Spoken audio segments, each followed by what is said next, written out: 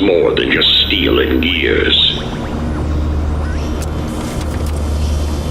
It pulls you in and doesn't let go.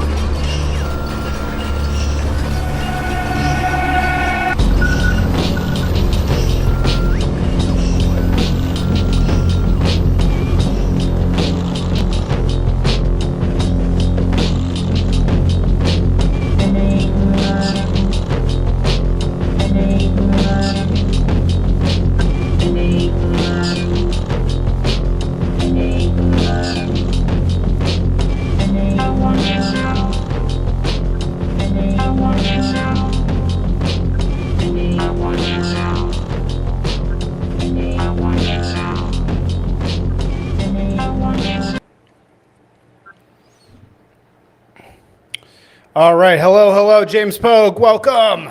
Hey man, how you doing? Good, man. How are you doing? I'm good. I'm tired. I'm very tired. Yeah. Well, thank you for doing this. How was Ezra Klein's podcast that you just did? Honestly, it was super fun. Like he's smart. Yeah, he is smart.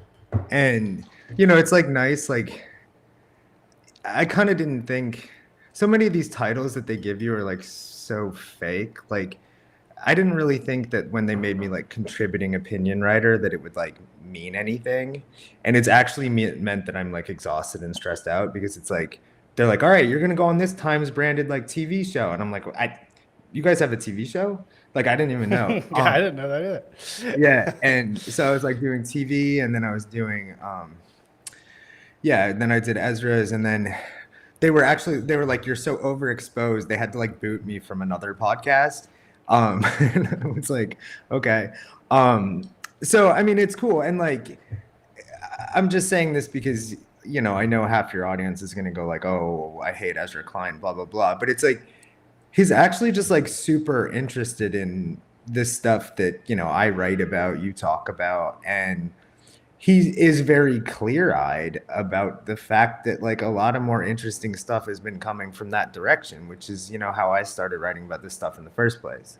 Right. So it was a pretty cool, easy conversation. That's cool. Yeah, well, let's just tee up who you are for a second here. I'm sure most people are familiar, but James is the sole journalist in America left, pretty much, who actually somehow finds a way to be respected by everybody, which is, I don't think people realize how rare that is today. It's pretty much, I can't think of anybody else. Is there maybe Taibbi kind of, like a little bit? No, because I think the mainstream people don't like him. Right. Yes, exactly. He's kind of defected. Whereas you are recognized as, a serious journalist and a serious writer by both sides of this horrible divide. And I think you came to prominence with still my favorite work of yours, which was the first Vanity Fair piece about Yarvin, right? It was Yarvin and Vance. That was so good, man. Yeah, it was Yarvin, JD, and Blake Masters too. Yeah. And that was just, you laid it all. I remember seeing that. I was like, holy shit, this is so good. And I remember Yarvin even talking about you before that and being like, oh, this kid, he's like actually got a brain. Yeah, it's really a great feat that you have made. I don't know, how did you do this? How did you manage to navigate this really difficult kind of like chasm between the two sides?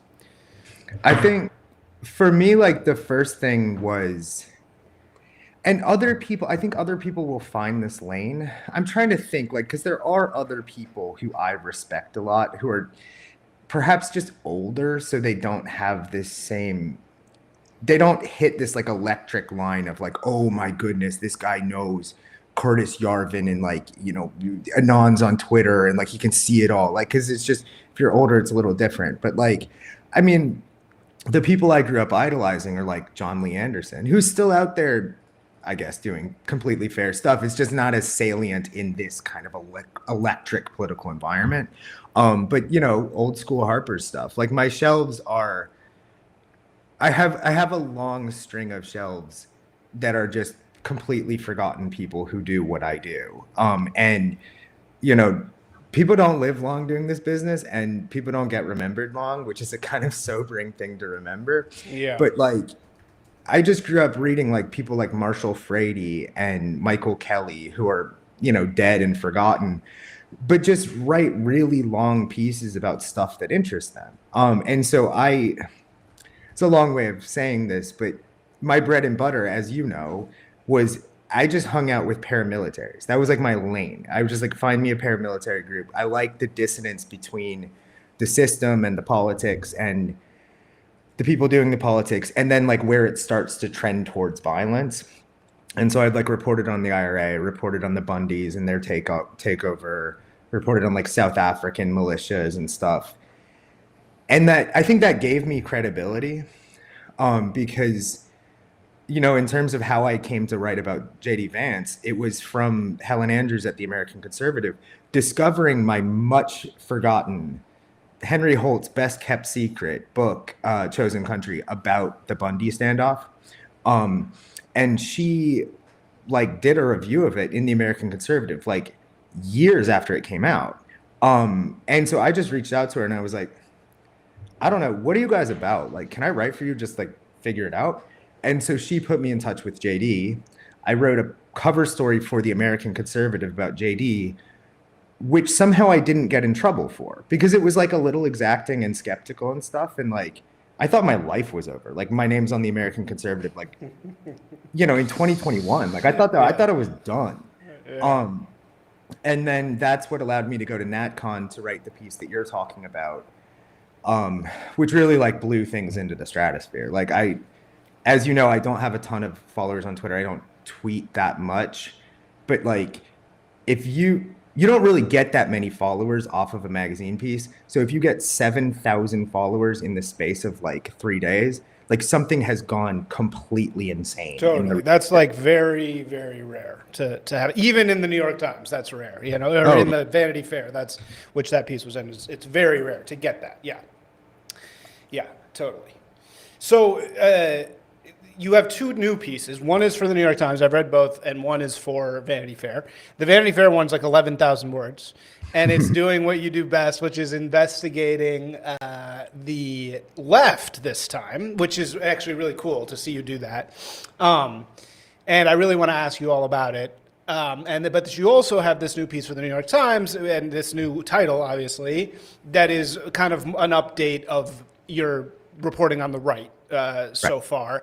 And you kind of set up this dichotomy, extremely prescient, between the tech bros, the inevitable fracture between the tech bros and the actual MAGA. And you set up, it's great because you have this perfect kind of symbol of Bannon at this party, the Passage Party, Bannon and then Andreessen. And it's like the two figureheads, and it's like yin and yang, and like they're gonna clash at some point. So I don't know. Both these come out in like a week. What's it been like? What are people responding to more? Well, I was a little surprised at the response to the piece that I did for the Times, because like I think the response from the right, there was like a really, really enthusiastic response from the right, which is always like, now I'm in trouble because they liked it. There was this super enthusiastic response from that side of things going, hey, he described us fairly, which is nice, I think. I was surprised that people cared as much, because it was like, don't you guys already know all this? Like, so there was something there that I didn't fully understand, but that I think hit a lane where actually, maybe because I actually like talked to Bannon, and I talked to some people, and like went into this little issue like in a way that I guess reporters just haven't done that much. It's mostly like played out on Twitter. And so it actually was in certain ways like revealing to people. It was revealing, I think, Bannon, as we know, Bannon is a firebrand, and he kind of plays politics and says stuff, and then you have to kind of like suss out, well, how much did you mean? What was this about? And things like that. So I think people on the right really like that. I think people on the left are just like, are in the liberal center, however you want to put this, are just like super confused. Just like absolutely like, what is Elon Musk doing there? What is Mark Zuckerberg doing there? Is Mark Zuckerberg now on the same team as Elon Musk?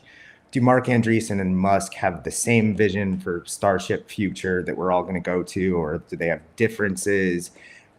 Are we ruled by these people now? Is this the tech oligarchy? Has it finally descended? And so it really like for everybody, it kind of like just erupted as an event. And then, yeah, meanwhile, like we had just scheduled the VF piece that I reported largely from the DNC for the day after the inauguration. And I was talking to my editor about this because that piece, I don't want to sound like cocky or something like, but something about these VF pieces that I've been doing, it's like clockwork. Like she sent me a thing and she was like, well, it's been an hour and now watch the freaking rocket ship go. I know. And you've done 3 of them, right? This is the third one. 4. The third big. Oh, what was because you did there was the first one with Yarvin and Vance. Yeah. Then there was the Urbit Assembly one that I was in. Yeah. Then there was a third Bannon one? and NATO. There was the describing the empire one.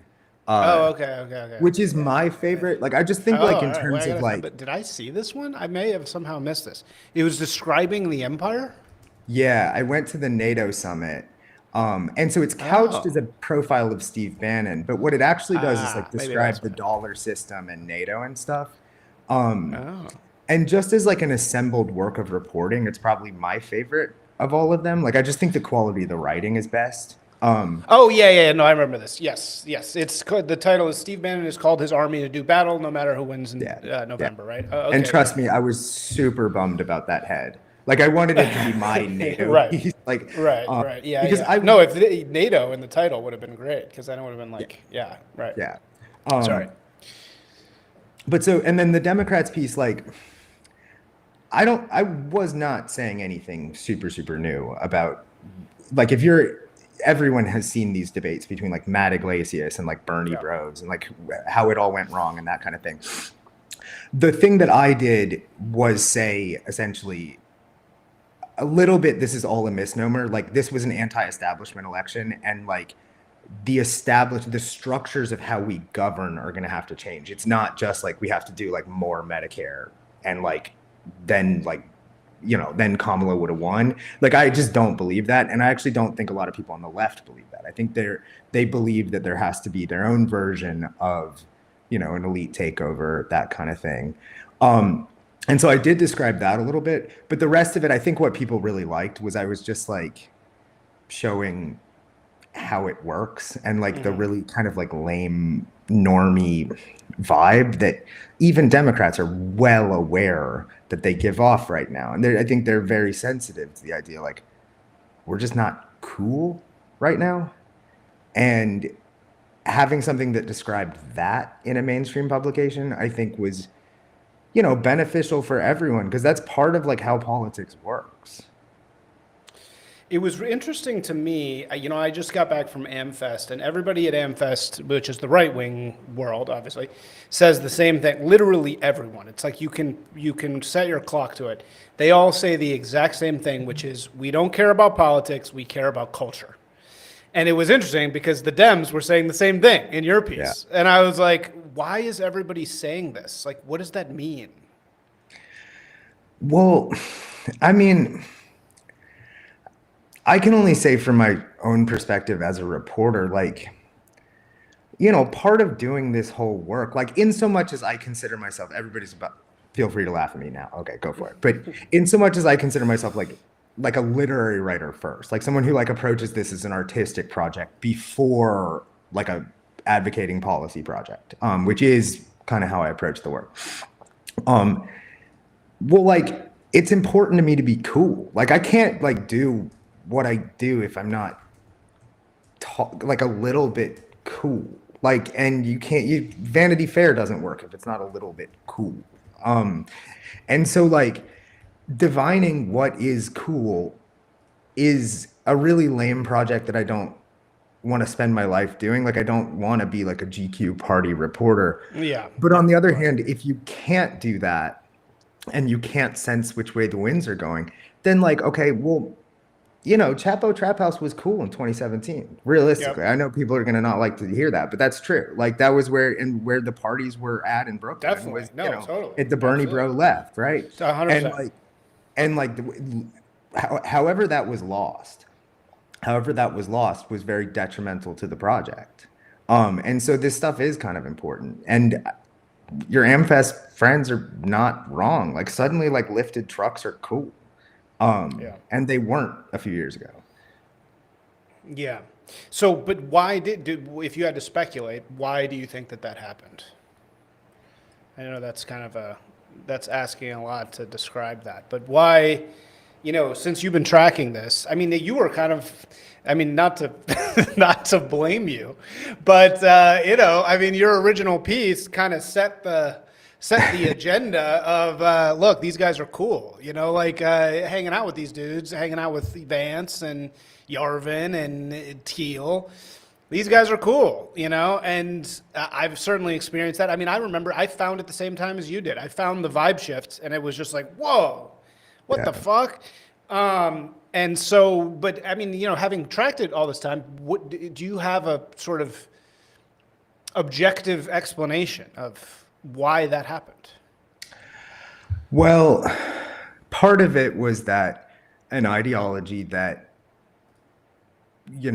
was an ideology that derives from an essentially very outsider worldview of, like it's not untrue that a millenarian idea that you could reshape humans into a sort of Marxian new man and like, get rid of stuff that is very human in terms of how we engage with each other, how men engage with women and think about women, how men want to compete and fight and do all kinds of stuff like that. Like that went from being like some stuff that, you were hearing like people studying under Angela Davis writing papers about to being like stuff that like admirals like working like in the DOD thought. Yeah, And yeah. and so like it's hard for that to stay cool. Like if that's the thing. Alinskyism. It's like a total Alinskyism took over everything. And yeah, yeah. Sorry. And like to me, I do think all of this is really, really bound up with a kind of end of men thing, where you had this thing. I was very much in this culture. I was living in Brooklyn, in from 2014 to 2017 as a freelance writer in my 20s, right? And like, I mean, trust me, I'm a pretty good boy because I'd never really gotten in any trouble during an era where everyone got in a lot of trouble. But like, I also did jujitsu and like, you mean just like Me Too shit, right? You yeah, mean like, yeah. I mean, like, it was just like every when that shitty media men list came out, like I knew like oh every yes, single right. comment, Yeah, shitty media men list. God. And Yeah, that's funny. to me, like I remembered noticing that it was like I started doing jujitsu and people thought it was like really weird. Like these guys who went to elite colleges would like wear backward baseball caps and muscle shirts and like know who Joe Rogan was and like do this physical competitive activity. People thought it was like repulsive. Yeah. Right. Yeah. And totally. by the time that ideology like got a little farther, like there was nobody to be your boyfriend. Like suddenly like you kind of like that had to become cool again because like girls were just like, wait, we're stuck with these dudes, like this isn't great. Yeah. So I do think it was like a very much like an end of men. And then like I was just talking to Ezra Klein about this and he's like a little bit horrified and I understand because he's like, what we're seeing is a remasculinization of society. And like what it means is like we may well like invade Greenland just so like men get to conquer stuff again. And he's like, wow, this is crazy. Like we're opening a very dangerous door here. But I think actually like that kind of elite ideology of a new liberalism where like harms could be reduced and people could be reshaped away from their like essential nature, such as like the Greeks understood it, like actually just once that became general, it became very uncool. And it was possible to be cool when it was like a Marxian fringe idea.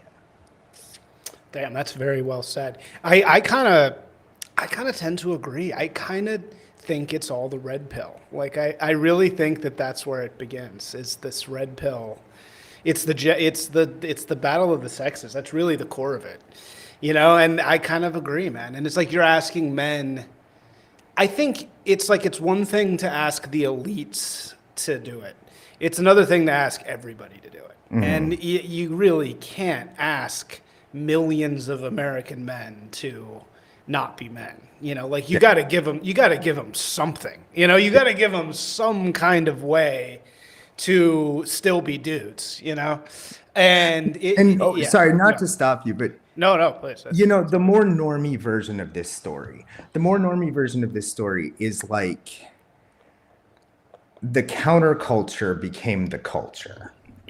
And there was this whole, like, for years, for most of our adult life, like the cool thing to do as a man was to be like a coke-addled DJ. Like that was like the cultural ideal of like where you're supposed to go. And like that's just incredibly weird and historically anomalous. Like, and I'm probably like culturally more in the realm, just of like in terms of who I grew up with and who my friends have been and that kind of thing, of the world that like prefers the coke-addled DJ to like the Catholic church going father of four who derives his value in society by being an upstanding civic representative of a conservative worldview. But like it's completely historically anomalous in like every culture in the history of the world to prioritize the like coke-addled DJ over the guy who's like father of four, you know, upstanding member of his tribe and nation, right? And like once that counterculture became lame because everyone was sort of sharing the counterculture, not only did you have a reversion back to something that is historically just more normal, you also had like a driving force to do it because it was like edgy and cool to do that at the same time. Right. Yeah, exactly. It's like they made it so easy to be cool by being just ever so slightly right wing that it was kind of like inevitable. So you grew up in Cincinnati, right? Yeah. So what was your upbringing like? I mean, this has always been like my trouble with like this question of like conservatism versus my cultural milieu and the left and things like that. But so my mom came from a family that was like kind of Cincinnati haute bourgeoisie that are very, very downwardly mobile in ways we can talk about, where it's like these kind of like upstanding urban normie Presbyterian church deacon bridge playing people in middle America like lost a ton of power vis-a-vis like this kind of unleashed financialized or like Yale educated elite that suddenly like took over America. And so like by the time I came along, like there wasn't like actually any money to it, but I was very much in this like Hyde Park establishment near where JD Vance lives now. I mean, I've said this in print before, but like my junior year prom date grew up in the house that JD owns now. And it was like the richest, like coolest house I'd ever seen. I'm obsessed with that house. I want to buy it someday. Really? But then the flip side was that my dad came from rural Ohio, founded an organization like to help welcome people from the coal fields. So people who actually had very much like a similar backstory to JD Vance. And I have some older sisters from my dad's first marriage. They all grew up like in Section 8 housing, poor. And my dad was always like a social worker, like very, very, very like on the fringe of like sort of Catholic social worker activism kind of stuff. And so I've always had these kind of like latently small c conservative tendencies because I saw the twin worlds of the people who I grew up around, like being completely decimated by these forces of global things like that. And I was just like, the world would be way better if like these structures that formed us were left in place. And my parents really struggle with this as well because they're avowed leftists, and my mom's a real sort of, especially like sexual revolution warrior in a lot of ways. But then she still loves her mom, and like she still loves the neighborhood she came from. She still loves like what that old Cincinnati was, and she never left. And so we've had like some fights and stuff where I've always said like, hey, I don't think you quite understand like what was being lost when your cultural revolution was being accomplished. So what was lost? I mean, is this back to the gender stuff? Like, what do you mean? Well, community ties, the sense that, Yeah. for me to go off and do like something in the quote unquote American elite and whatever, for tons and tons of people we know who are from towns like Cincinnati, there was no question of me being able to stay there, really. That wasn't an option. That wasn't an option for, JD comes from a much poorer background than I do, but it certainly wasn't an option for JD Vance to stay in Middletown, Ohio, amongst his I friends see. and family and build that community up, right? So I had to make a choice to abandon Cincinnati. Got it. I I don't see. think that's good. Yeah. Yeah, right, right, right. Was Cincinnati hit? Is Cincinnati a Rust Belt city? Less so than you'd think, because it was a headquarters town. So like P&G was there, Chiquita Banana, Cintas. There's more of these kind of like corporate headquarters that are kind of like localized in Cincinnati. But yes, of course. I mean, rust was the color of my upbringing. Like, it's just Yeah. like one of these places that are, if people don't grow up in these towns, like, it's just so weird. You can just like walk through these like ruins of like incredibly like gorgeous art deco bridges that nobody uses anymore. Like the subway was abandoned in the 40s, and so there's like these beautiful mosaic tiles and these like locked subways that were just like sort of forgotten about. And my family, the Pogues, like we rose from being like owning a dry goods store to owning the kind of like glam downtown department store in Cincinnati. Oh, really? And so as the destruction of the American inner city continued apace, that's what happened with our family, is like we just lost all the money in all the department store. And so this is like a crazy, crazy thing that happened, but I went to JD's first rally right after he got, sort of nominated. And there's this woman who had also moved from Eastern Kentucky and was really skeptical of JD Vance. And I was interviewing her. Her name is Darlene. And she was talking about how, not even knowing who I was, she was talking about how she, I had that classic story. I moved up from Kentucky and I got my house and we went and we bought that dining set from Pogue's. And I thought, well, now we're in the big city. And I was like, it's a very moving moment. Yeah. Wow. It's funny because usually that's the Jewish family that does the department store. Like, isn't that usually like a Jewish thing? It's like the local department store. I feel like I've heard that story so many times. I guess that's true. Yeah. It's always like, Silvers, or something. I feel like I have like many friends. Wanamaker's, Yeah. Jewish, I think, yeah. Or it's always, I'm always like, I have so many friends out here. It's like, oh yeah, who's your your husband's parents? They're like, oh yeah, they're Oklahoma Jews who own the pharmacies. I've like heard that so many times. All right, well, dude, let's talk about the articles a little bit. I'm very curious. First of all, I just have to ask. You have this so you have a little bit of what's great about your writing. I was trying to think about why it works so well. You're genuinely curious and you feel it right away. Like you immediately know that you're not there to lecture.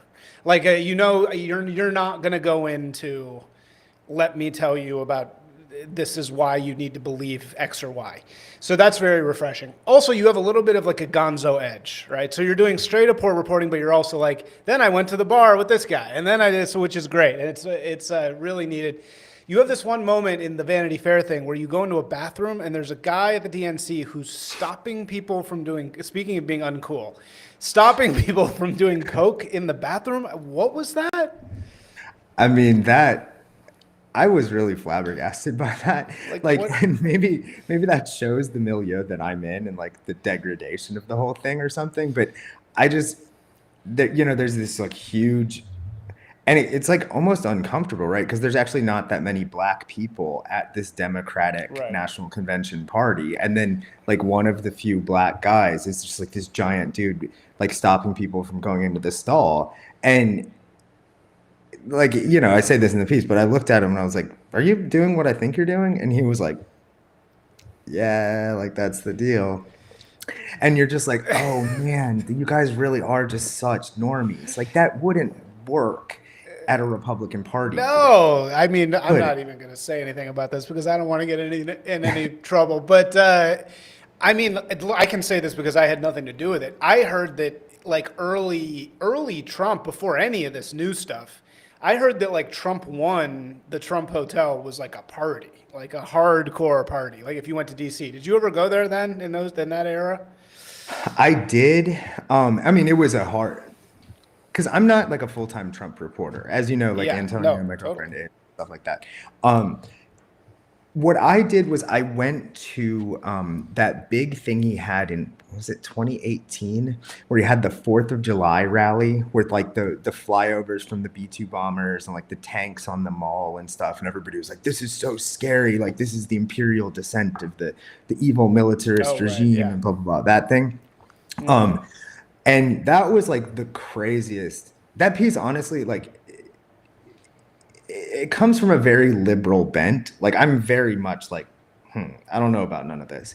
But it was one of the best pieces I think I've ever done, just because the scene stuff was so insane, where I just hung out at Harry's bar the whole time, like, which is like Yeah. sort of like the more MAGA, like Chud bar, like, you know, where yeah. like Butterworth's is the bar of the elite now, and like Harry's is like the, you know, Well, and it was like Butterworth all is these, brand new though.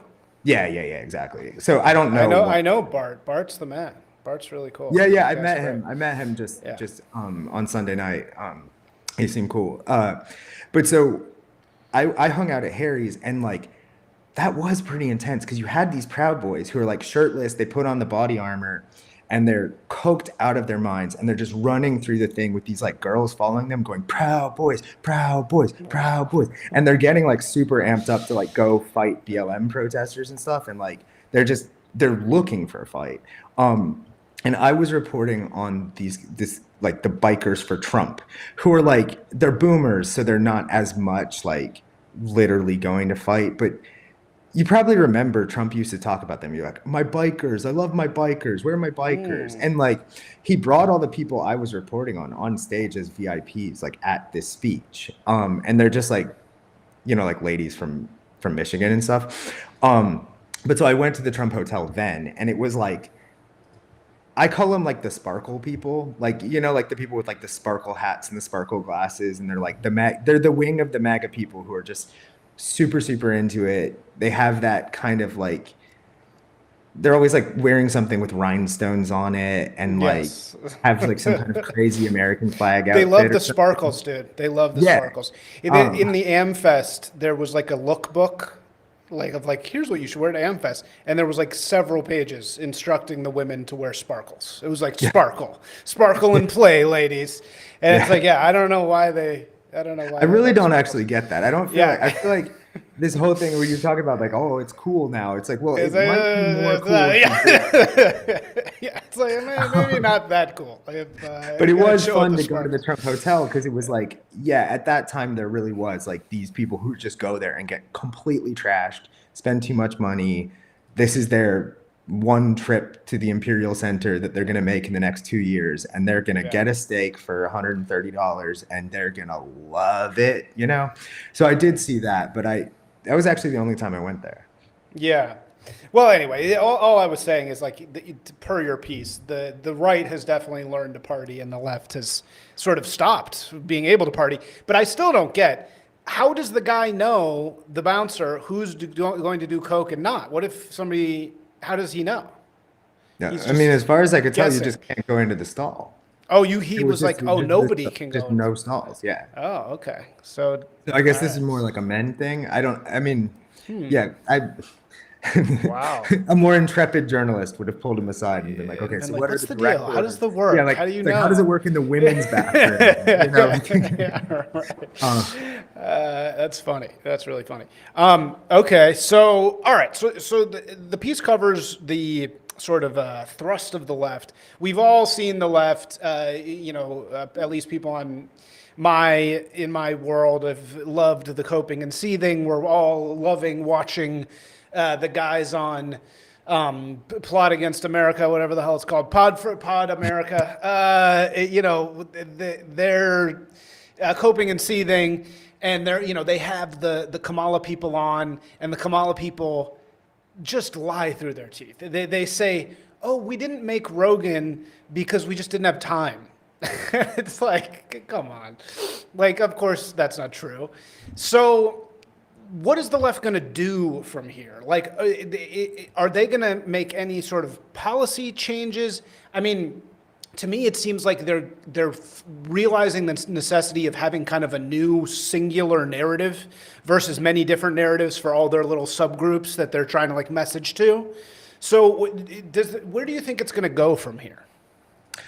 Well, I think you hit on it. I think you hit on the big problem that, like, if I was like God Emperor of the Democratic Party, like, the thing I would sit everyone down to talk about first and try to solve is like this really broad-based impression people have that like you're just not going to get told the truth about just like anything, like stuff. And this is not, I would challenge anyone listening to who thinks that this is purely a left-wing problem. It's not. It's an establishment problem that they are in so much as they've become the establishment. Like, okay, fine, like maybe it's a left thing, but it's an American establishment problem. And you see, for example, like why has it taken so long for the JFK files? Like, what are we waiting for on this? Like, what this has been forever now. And like, you see a certain kind of tendency amongst them to just tell you stuff that doesn't feel like you're getting the full story. And the worst of that, of course, was the Biden stuff, right? That you as a populace are not equipped to know the real stuff about what's going on, right? Right. And, you know, another really big one, right, is just like, I'm sure everyone listening to this has already guessed this and knows this, but behind the scenes, you talk to people about immigration, even pre-election, and they go, this was insane. This was a crazy thing that happened where we were, what was that month? Like, what was the month? It was some December, maybe 2023, when, you know, you were importing, what was the figure? Like, you imported the population of Cincinnati, like in the space of like a number of days. Like, yeah, wow. And you're just like, you know on a gut level that no Democratic policymaker thinks that's sustainable or fun, right? And Yeah. yet somehow, like, you as the American voting public can't be told that that's what they think, right? And people just get that. People completely get that. And I think that is an unsustainable way of doing business. The question of like, what does the left do? Like,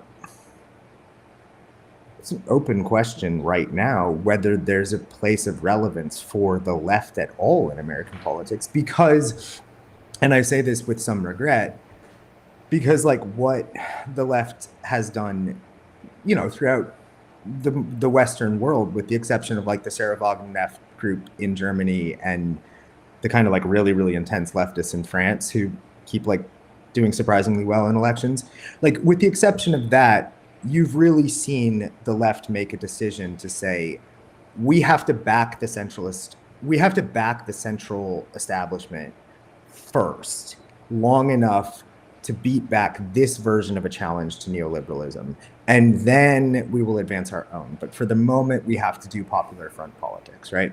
And so, like, it's not even really talking about the relevance or irrelevance of leftist ideas per se to say that they've been defanged, because like at the end of the day, what is Bernie Sanders' priority when he wakes up in the morning? It's beat Donald Trump first, then do Bernie Sanders stuff. Yeah.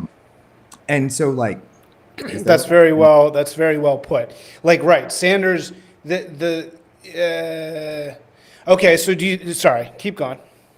And so then what I think you're actually looking at is an end of days struggle, a truly end of days struggle between worldviews that are this kind of, you know, people call it globalist. I don't think that's actually like I don't think that's a really useful definition. It's like end of history, liberalism, new man ideas that you can like reshape the natural way of human order. You can like exclude war from human politics. You can be Thomas Friedman and think that like if you put a McDonald's in Ukraine and a McDonald's in Russia, like war's done. You can think that like you can train men to not be competitive and shitty when they are in corporate settings, right? And then all of a sudden, Donald Trump came along and ended the end of history. And suddenly, like, Zuckerberg is now like, yeah, actually, we got to bring like men and stuff back, you know? And like, are you going to bring back tribalism, right? The real promise of globalism, like, the reason I say it's like end of days is the real promise of globalism was actually like, in a way, a positive one, because you're like, we're going to end war and stuff. We're going to end like shitty social relations. We're going to end shitty power relations between groups of people who get together in tribal ways and then oppress other people. Like, I'm sorry, if you think that's like evil, like, I'm not sure I'm really down with you on that. However, if you think it's impossible and not natural, then okay, now there's a conversation out, right? Yeah.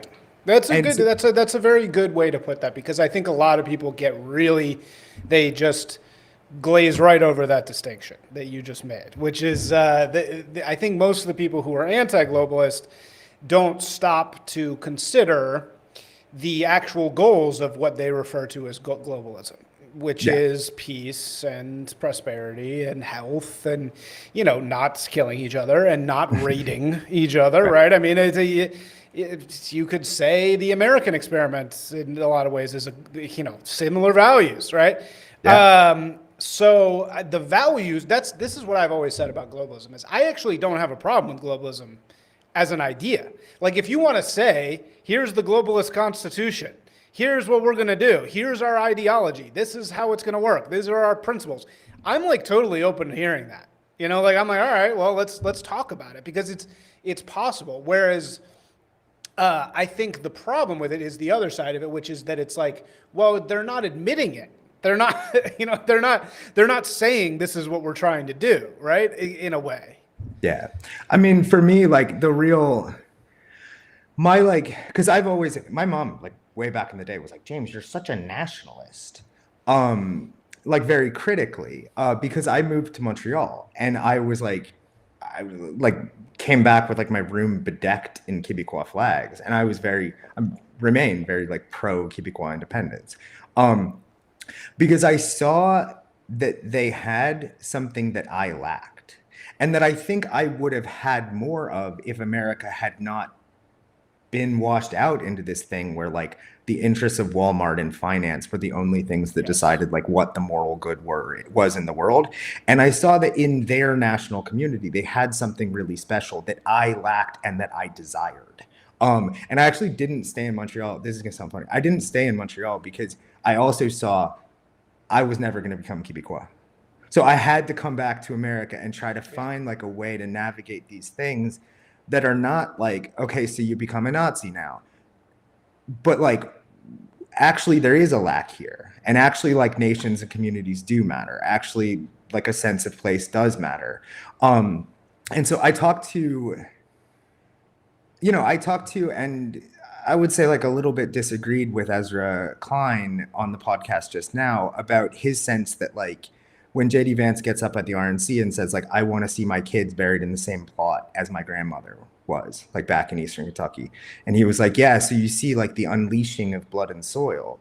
And it's like, well, yes, if you define all sense of having a rootedness in a place as being blood and soil, then definitionally you're right. But what they did somewhat to a mistake was to look at this project to end war and stuff and get everybody rich via globalization and like, do all this stuff that they're so proud of having done. Like Vietnamese life expectancy is now like so much higher. Like, yay, we did it. Look, capitalism is incredible, right? Like some of that you'd have to be churlish to say like, I don't care. Like, let the Vietnamese live have a life expectancy of 39.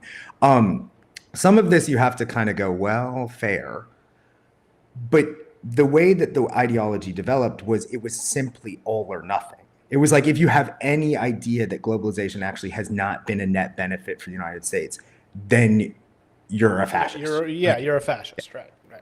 Well, and technically speaking, you are a fascist. It's just they've taken that word and they've completely mangled the meaning of it to mean the most horrible thing in the world, which ideologically it's really just nationalist essentially. So it's like, right? I mean, it's not even that bad. Well, and yet again, like, I mean, don't let the chat blow up on me here. But I'm kind of saying like a lib version of like what Martyr Made said on Tucker here, which is like the shaping ideology of the West after World War II became groups of white people cannot build politics based on their national group feeling anymore, because if they do, really, really terrible things happen. And they are not necessarily wrong about that as a way of like, you're responding to World War II and you're going, it's a reactive force, right? Exactly. It's totally makes sense. That people on the right would justifiably bring up there though is that like somehow that thing that became like the ultimate taboo in all Western societies, this you cannot say. You cannot say French people should act as French people with group feeling to do stuff. That's the ultimate evil. But you could say like, well, 30 million people killed in a Stalinist purge, like sometimes you got to do what you got to do. And so it's like justifiably people are like, oh wait, what? What the hell? Yeah. Why is one okay and not the other? And that's been the big awakening, right?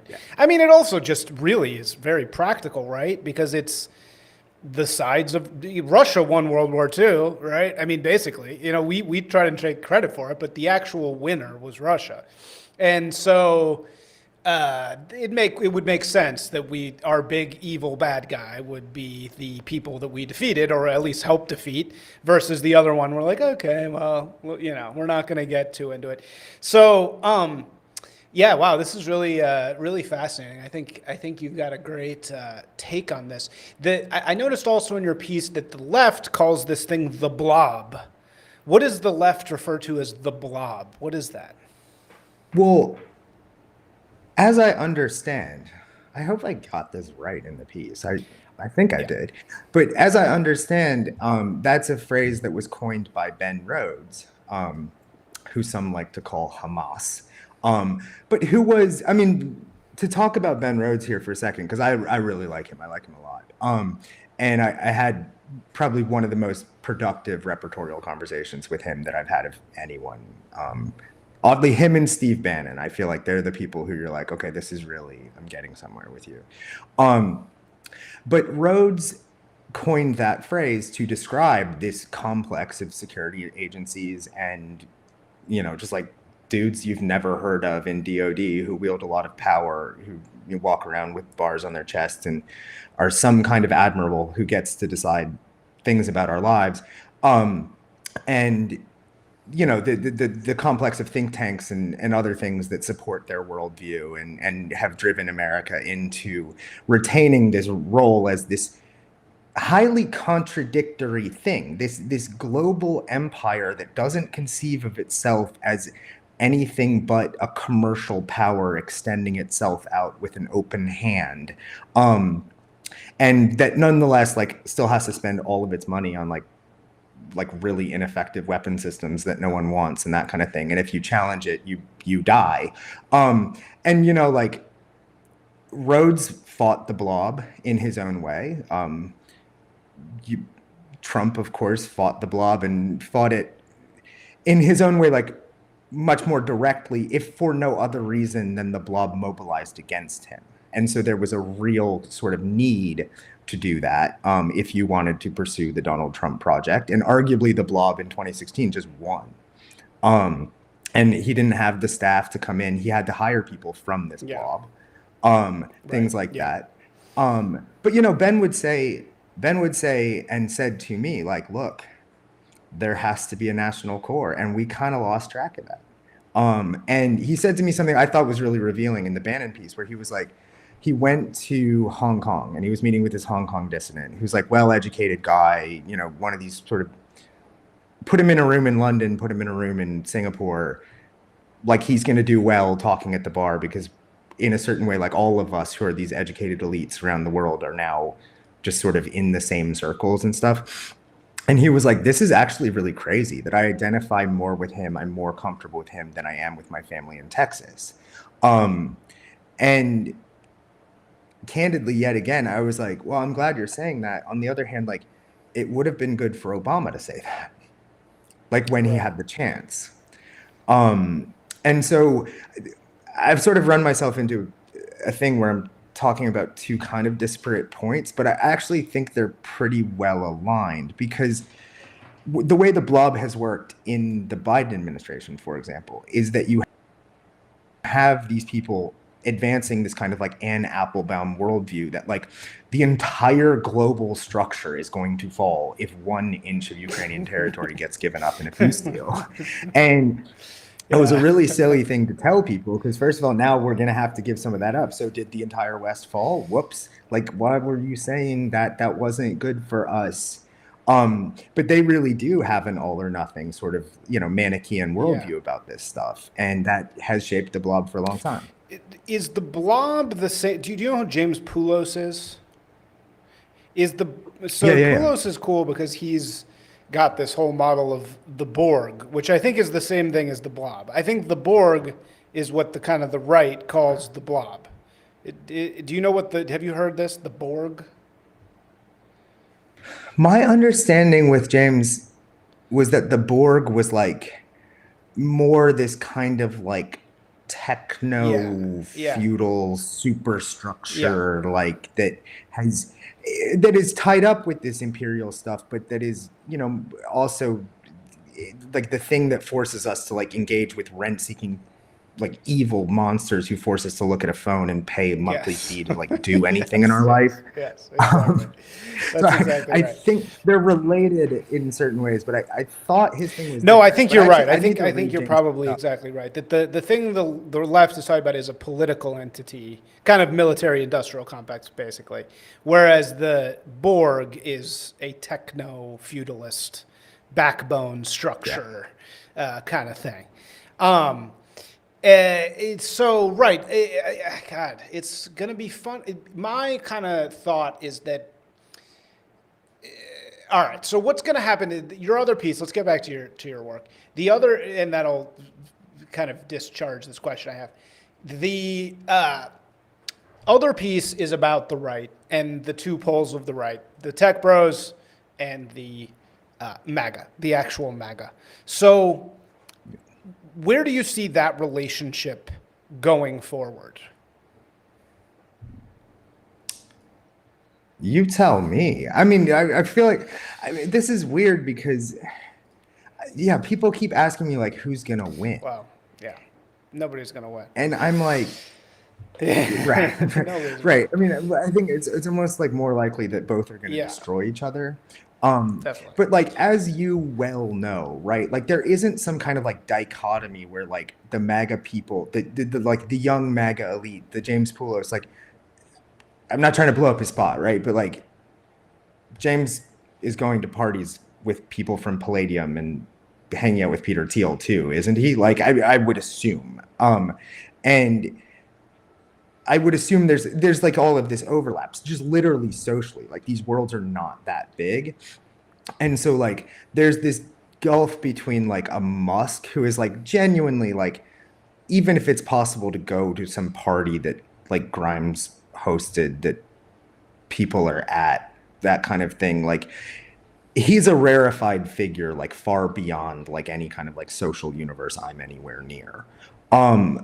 But like the real sort of like tech, like the tech like thinker people, which I would argue Musk is not exactly really one of them, like Mark Andreessen and Peter Thiel and stuff like that. It's not as though they're in like some kind of a completely different social universe than like people in the sort of like MAGA intellectual world.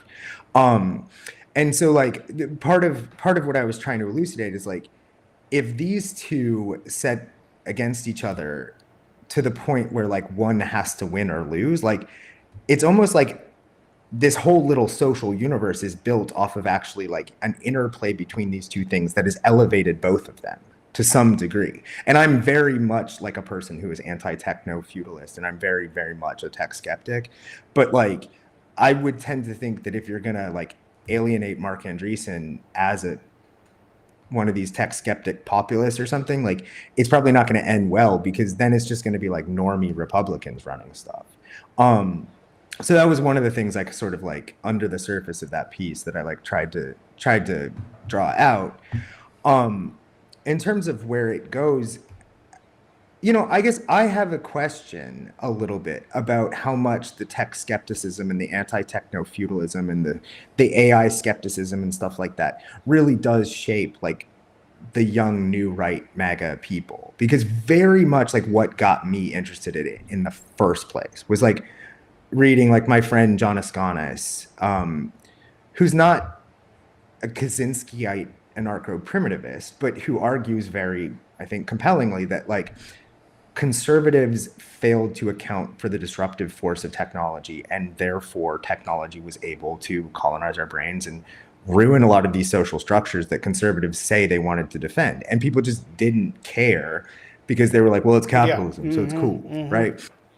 And like one thing that I think about constantly, and I ask conservatives about this all the time, is like, okay, yeah, you love liberty. You love liberty, you want to be free, stuff like that. But you don't care that every freaking corner in this country, every 7-Eleven, every Motel 6, every Walmart, you are observed at all times by cameras. You are already living in some kind of like Chinese techno-feudalist dystopia. But it's a private company, so then that's why it's okay. Yeah, no, I completely agree with that. Yeah.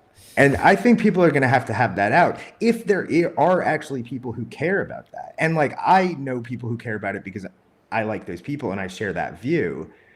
But like as a broader shaping force in the movement, I'm actually not sure that tech skepticism is that big of a deal, except for Steve Bannon, who is very much a tech what do you mean it's not a big deal? I just mean like I don't know if it's true that a lot of like young MAGA intellectuals wake up in the morning and they care about the first job you mean of like, this project. Bannon cares, but these other people they don't care. Yeah. No, I think you're absolutely right. I mean, James cares. I think you're absolutely right. I think that the weaker arm, obviously, is the tech skeptic side of the right. And they, do you ever see the great show Babylon Berlin?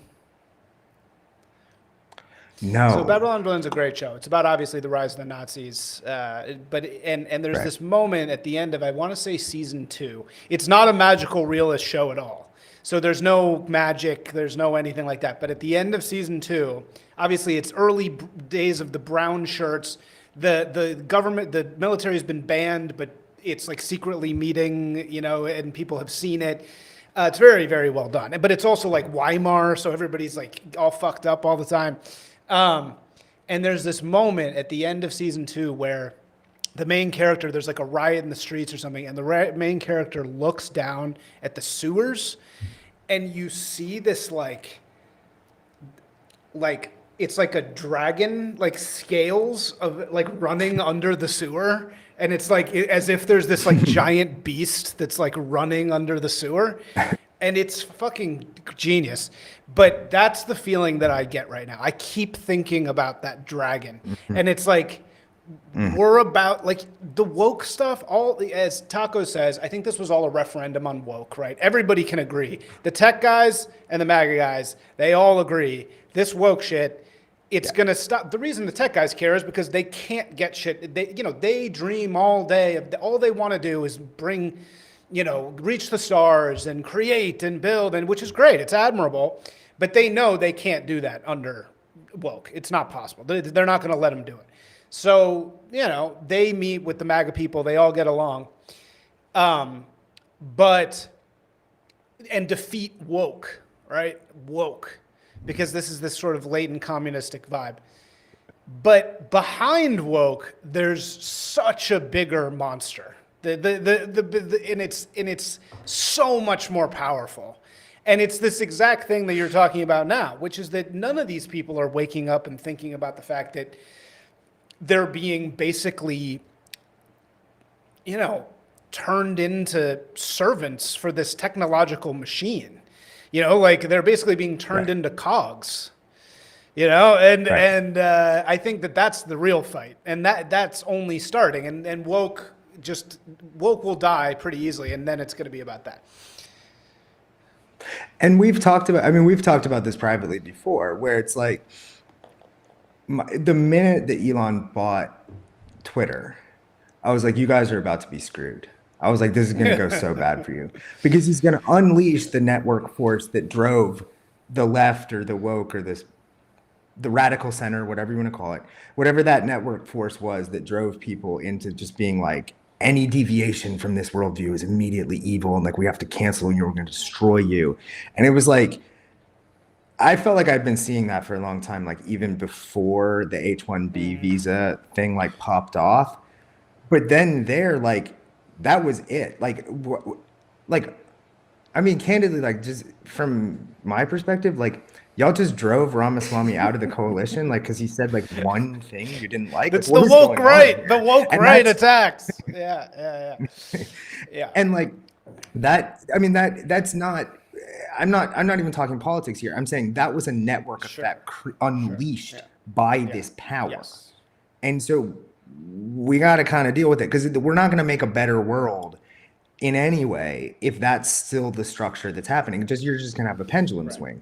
And in all candor, call me a lib, but in all candor, where's it going to go? It's always heading towards, in 2018, it was always headed towards the most like radically, just like completely insane, like, oh no, it's fine if somebody steals my car and like attacks my girlfriend because they're like not, they're socially blah, blah, blah. It's going to go to places where they're like, oh, those rootless cosmopolitans really have no place in this. It's already happening. Yeah. Oh no, dude. Anti-Semitism is all-time high, and will only grow. No, you're right, and I think everything you're saying is exactly right. But what does this better world look like? Because did you hear the Yarvin, New York Times Yarvin interview? I honestly didn't. I was like, I'm just so exposed to Curtis. You don't need to hear it again. Like, I'm just for sure. But I was actually more interested in the interviewer. So the interviewer kind of has this modified right side of history thing where he kept saying, is that really going to improve folks' lives? Is that going to improve folks' lives? And it's like, this is now what he's telling himself. It's like, I'm improving folks' lives. And it's like, all right, but what is that actually, what does this look like? This world that the left, hopefully, or, even the regime can bring about, as you're saying, these things like war, masculinity, impossible to kill. Is there a modified version of that the regime can pull off with its current value system? Well, oh, you mean, wait, you mean the current, current?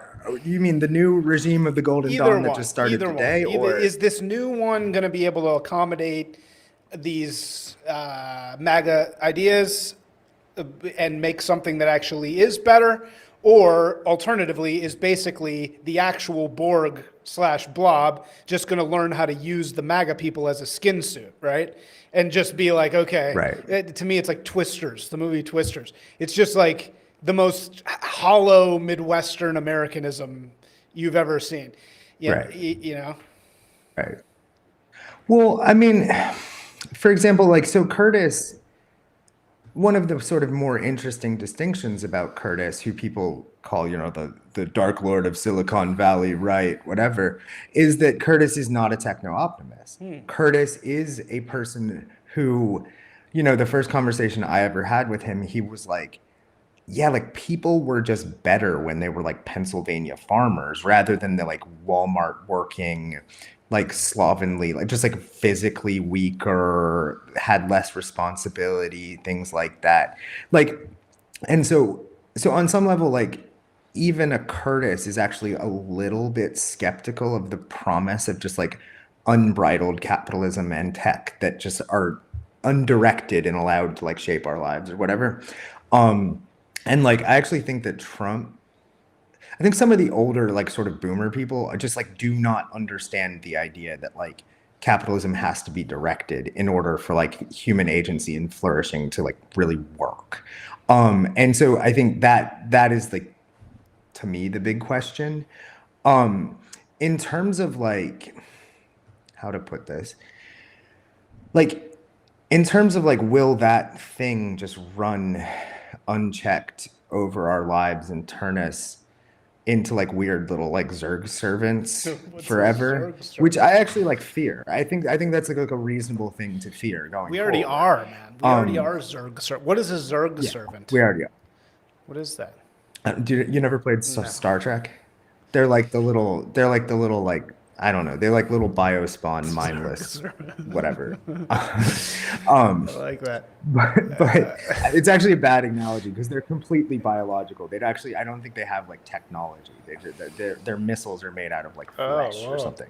Anyway, Yeah. um, I do think that there's like a possibility to avoid that future. I actually think that you could do things, you know, does anyone understand Urbit? I don't really. But the promise of Urbit actually of this kind of decentralized internet, this kind of thing that like is built around advancing human agency, not monopolizing your attention, advancing your sense of ownership over something. Like the dream for me as an Americanist, the dream is like, can you implement these technologies in a way that like allows for a kind of updated version of a yeoman future where the technologies are offering you Yeah, yeah, agency, yeah, right? And so totally. like that's why I wrote that thing about Thomas Massey Yeah. for the Times, like my first piece. Because it's like Massey is like, yeah, I'm gonna build robots in my garage. I'm gonna power my house via solar. And he's like, not because I want to be a part of a gigantic top-down technocratic project to like take away what it meant to be American, but in fact because this is the most independent thing I Yeah, can it's do. light And to me, touch. that's like really Light cool. touch Yeah. technology is like the best thing. I did 3 weeks with no. Did you ever see the work of the show Debs by the guy who did Civil War, Alex Garland? The Alex Garland. Did you ever see Ex Machina by Alex Garland? That show. Yeah. So his Yeah. worlds are really really cool because they're all like slightly in the future, and they're kind of what you're saying. They're like they're almost tech optimist in the sense that it's like it's hyper technology, but it's overwhelming nature. So it's like you're literally like Yeah. living in like a glass perfect like house and you don't even know there's technology and you're so immersed in nature because the technology is so good that it's got Right. and I think that that's really that's the dream. That's the good dream. Is that as perfectly said, as Massey's actually using solar, and I had a solar client. There's a lot of people out there who want to use solar to get off the grid. That's the whole goal. The goal Yeah. is let me off this fucking grid so I can be totally self sufficient. And that's really cool. Yeah. That's a really cool idea. And like, I mean, this is suddenly going far afield, but it's something I care a lot about. Like, but just why is the American right like not more concerned with animal rights? I actually love those like Twitter bros who are like, we're gonna bring back megafauna. Like that's something like I definitely like share with them. But then you think about like factory farms, like this is supposed to be a moral society. This is supposed to be a society where virtue and morality are cut through, in the grand traditions of this republic it's a free people. Like we have to be virtuous people in order to uphold it, that kind of thing. And then you're just like completely cool with like the way we raise pigs and chickens. And you're like, the project of fixing that is a project of elevating American agency because it's like, no, you're going to have to figure out a different like way to interact with the land and to get regen ag and intensive animal, production on more natural surfaces. Otherwise, like you're not going to be able to tell me we're a moral society. I'm sorry. Cause like if you visit one of those places, you are walking into hell, And so like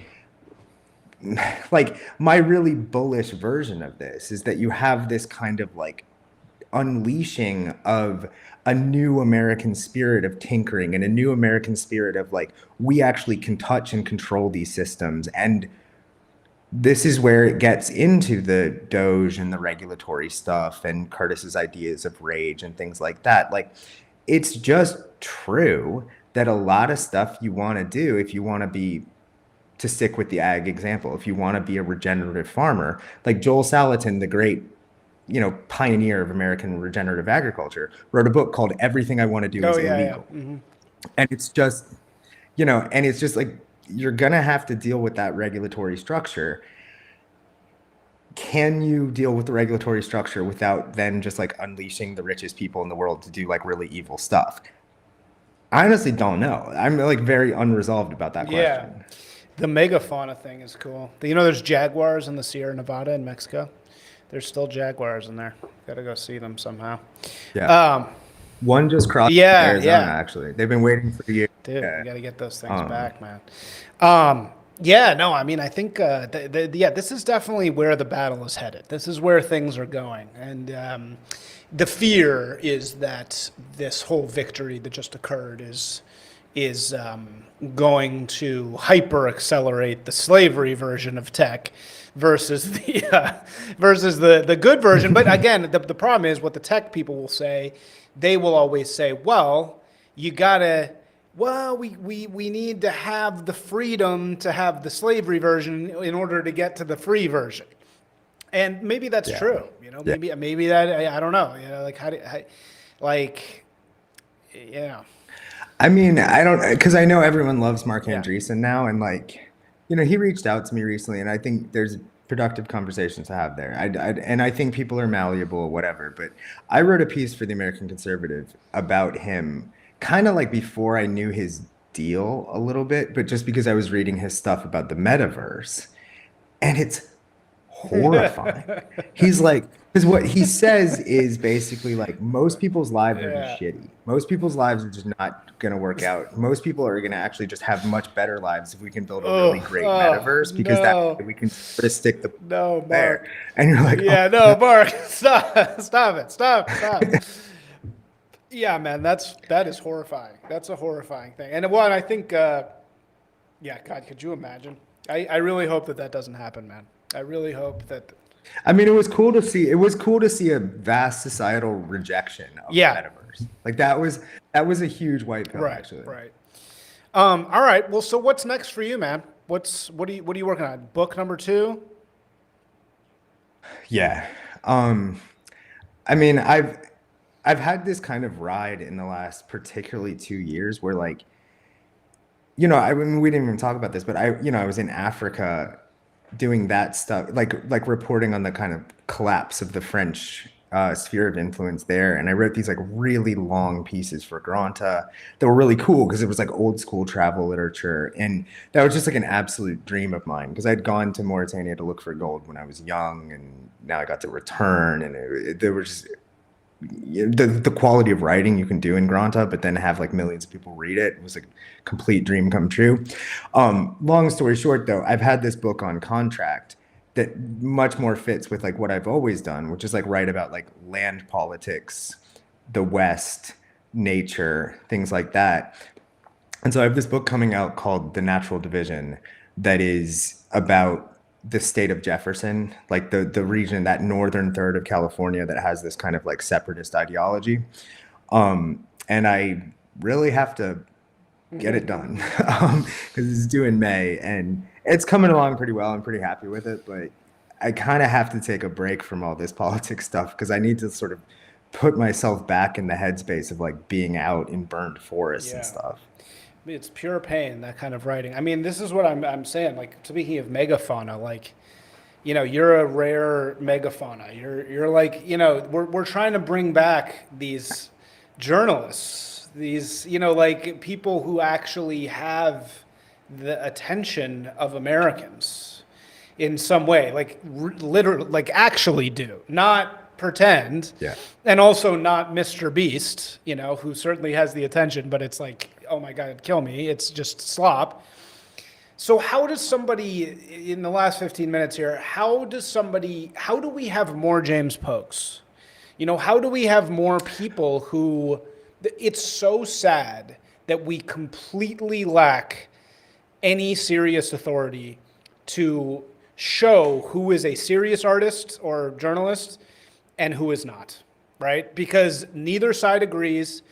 I want to love the New Yorker. I subscribe to the New Yorker. I want to open it and read any person in there besides Patrick Raddenkeefe who is good in even the slightest, it never happens. It's just gone. And and besides you and maybe a couple other people, this whole role just seems to be gone, and nobody can agree because everybody's like, oh no, that person's compromised, or that person's a racist and we should ignore them. And the fact of the matter is, what I'll say about the right, the rigor on the right is like 1% of the left. You know what I mean? Like you publish something in a right-wing magazine, they're not fact-checking that motherfucker. It's going out. Whereas on the left, at least there's like a tradition of rigor.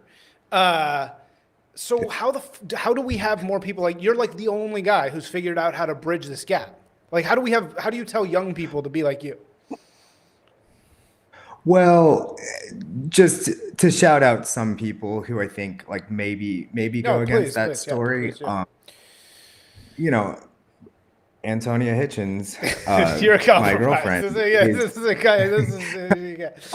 Yeah. She is now the Trump correspondent. She's writing the letter from Washington, and I think she does really special work because she does it to some degree kind of like what I do, which is just put it down. Right, like I obviously I have an agenda. I mean, we're talking a little bit about my agenda. Like I have an anti-techno feudalist agenda that I'm like lacing through my work. But other than that, I don't have a sort of like, oh, this guy should be the next senator agenda, right? Antonia really does that really well in her work in covering Trump. And, even at the New Yorker, well, actually, to name another one, I mean, Tom Meany, who writes great Harper's pieces, and who edits Granta now. If you read Granta now, it's like, it's not caught in what you might call the headspace. And like, I knew that because I wrote something in there, just sort of like a cliche that I normally wouldn't repeat, but I was writing fast. And he sent me an email and he was like, why are you using the term international community? That's a liberal shibboleth. And I went, oh, we're gonna be able to work together. Christian Lorenzen, who's America's greatest book. Like Christian has been carrying the flame for, is this good or not good? And doing it really well, and he's been doing it for a really long time. So there are some people. I tend to think that there are people who sort of like coalesced around the institution of Harper's Magazine, which sort of brought a lot of us up. And I would love to see a world in which Harper's really like retook a really vital role in American life, because I think that like it's a place where people aren't super caught in the worldview and they're really willing to take risks and do weird stuff. So that's one thing is, young people should go intern at Harper's. That's what I did. In terms of like a broader how you cultivate this, I mean, you saw I took on 2 new titles that I never thought I'd have. Like I'm now special correspondent at Vanity Fair and contributing opinion writer at the New York Times. And why do you think that happened? Well, some of that was the vibe shift, right? So some of it is like, if people get too down on all this and just go like, oh, there's no place in these places to cultivate really good writers. If you decide that, well, then you've presupposed the problem, right? And so I would sort of encourage people not to just assume that there's no place in mainstream publishing, things like that, right? There are a lot of people in mainstream publishing who I can talk to really, really candidly, really, really openly, and have, and sell my books, and be fine. And I actually think there's something on the right where people are so used to this feeling of exclusion, feeling like there's nothing here for me and everybody hates me and all that kind of stuff, that they're actually sort of not taking some of the opportunities that would be there. And again, more to your point, not even just people on the right, people who are just really good literary writers who did justifiably look at the way those publications were working in the years 2016 through 2020 and go, it's just not worth it. Like, why would I do any of this? Like, why would I want to be a part of this structure? I would say that has changed far more than people know. Yeah, that there's like a demand. Do you think that the right will have any success at all creating their own prestigious culture? Because that's what they want more than anything in the world, is they want their own prestige culture. That's all they ever talk about. Do you think they will be able to succeed in that at all? Yes, I do. Um, like I think, like I actually think I am 1776. Like you picked that up and like I don't know. I think I called it somewhere on a podcast like the N+1 of the Yeah, nationalist yeah, right yeah, or it is that. something. And it's like I think it kind of does occupy that role now. And I think like there's so much money in this world. Like money is the factor. Like, I won't kid you. I don't get rich off this. I'm not really making a ton of money. But like, if somebody is offering the $3.50 a word that like I'm getting it a glossy, then you're going to get a lot of great people because people need that money. And there's just not a lot of money in these publications. And, the right is going to have to figure out if they want to do this. They're going to have to figure out how to actually do reporting and not always lecture people, right? Because they really, a lot of these publications really just do kind of mirror that lecturing, hectoring feeling of like I'm like, man, like why to go back a little bit to my earlier answer. Like I love Luke Mogelson, the journalist. I think Luke Mogelson is the world's greatest war reporter. He works for the New Yorker. And when you read Luke writing 40,000 words from the siege of Mosul in these just like epic, incredible portraits of bloody war that only he, a former army medic, can ever get you into, you're like, this is so incredible. When he writes about American politics, they put an overlayer on it where his incredible January 6th dispatch, just as a work of art, suffers from the fact that every third graph they have to go in and be like, this is why this guy's so bad. This is why the QAnon Sean is Yes, really, right. really And it just turns you off. You're just like, I yeah. don't even want to, this is just get me out of this. You just pull that out, right? And Yeah. then suddenly these things become art. They become literary art standing up next to Norman Mailer and stuff again. Well, candidly, most right-wing magazines are doing that. No. In so much as they are even bothering to report, which is not that much, they're playing that same trick. They're just doing it from their direction so people don't mind it as much. But it's not art at that point.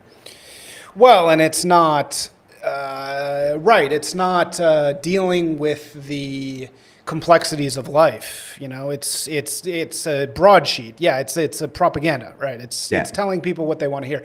I went to AmFest. And what is AmFest? It is a conference, but what is the conference? The conference is like 1,000 little mini broadcast booths. Like that's what it is. It's just like 1 million broadcast booths up to the highest, which is like Daily Wire, to like, Joe's podcast, about, and what I'm realizing is that's the right is the complaint. It is that's what the right is. The right in America, at least right now, that right, this type of right, they are the shouting complaint. And so their conference is just a bunch of little boxes of people honing their complaining craft, you know? And that's why they're red. I want to make this whole thing about like the color red, which is like, why is MAGA red? Why are communists red and why is MAGA red? And it's like inflammation, it's like inflammation in a body. Right. Like the complaint side is always the red. And so that's why, that's what the right is. And I think you're exactly right. If the right is ever going to, doesn't Yarvin say there has to be a purple Caesar or something? I think how is the right going to really get this prestige? They have to get serious about the quality of what they're doing in a very objective sense. And I think that's what's missing. And it's like, that's what somebody like you can teach them, because it's like, what it's like. I mean, how hard is it when you write one of these New York Times or Vanity Fair things? How difficult are the edits that come in? Now, not difficult. The first one was like almost broke me.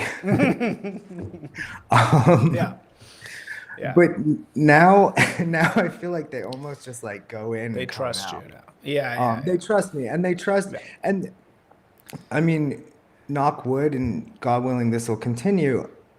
And not to toot my own horn, but I think they trust me for an accurate reason, which is like, if you're coming to my work as a liberal and you think that people who say that we need to make this country into a place for heritage Americans are the scariest force you can imagine unleashing the worst things that we were suppressed in fighting World War II, then you can come to my work and you can see that and you can go, I see my vision of hell. Thank you for revealing it, because otherwise I wouldn't know what these people were like.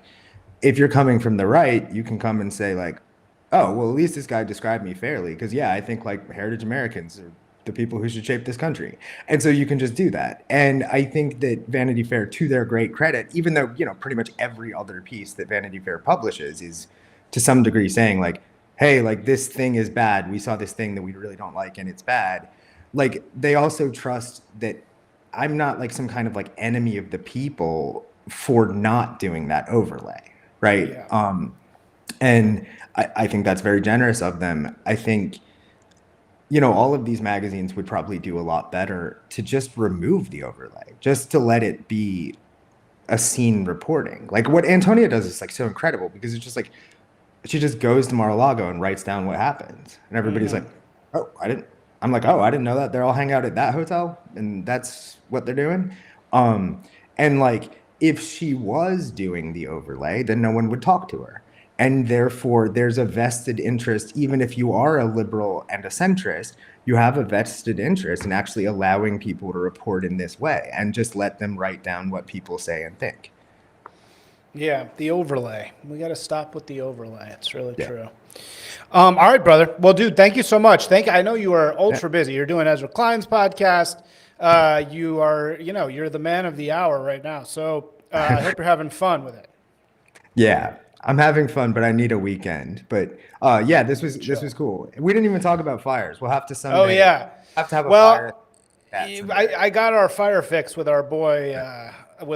So we didn't really need to talk about it because he was so good, man. That's like the best podcast I think I've ever done, because it was so perfectly informative. That guy. It's like we should remember his name. What is his name? I cannot remember it right now. The guy who directed. Yeah, because I always just call him man-made cinema. But Right. What is his I met him actual in Nashville. name? Hot Shot movie. Yeah. What is his actual name? I can't remember. Anyway, the guy who made Hot Shot. Sorry, we can't remember your. Oh yeah, Gabriel Kirkpatrick Mann. That's sorry. This is what happens. I knew it was a G. Yeah, he's the man, dude. That guy's great. Yeah. Okay. All right, dude. Thank you so much for joining. I'm gonna press the button here. Oh, and obviously. Where would you like people to find you the most? Do you have a website? Where do you want people to send? I need to update it. I need to update my Wikipedia. Like somebody made a Wikipedia for me like years ago that like doesn't reflect any of the stuff I've done. I don't really use Twitter, but yeah, I don't know. Find me on any of those, and like my email is on my website. That's the main role of that thing existing, and so you know I like it when people reach out and stuff. And yeah, follow me on Twitter. Why not? I mean, it'll be good for me to have some followers. Why not? All right. For sure, brother. Thank you so much. Thank you. Appreciate it.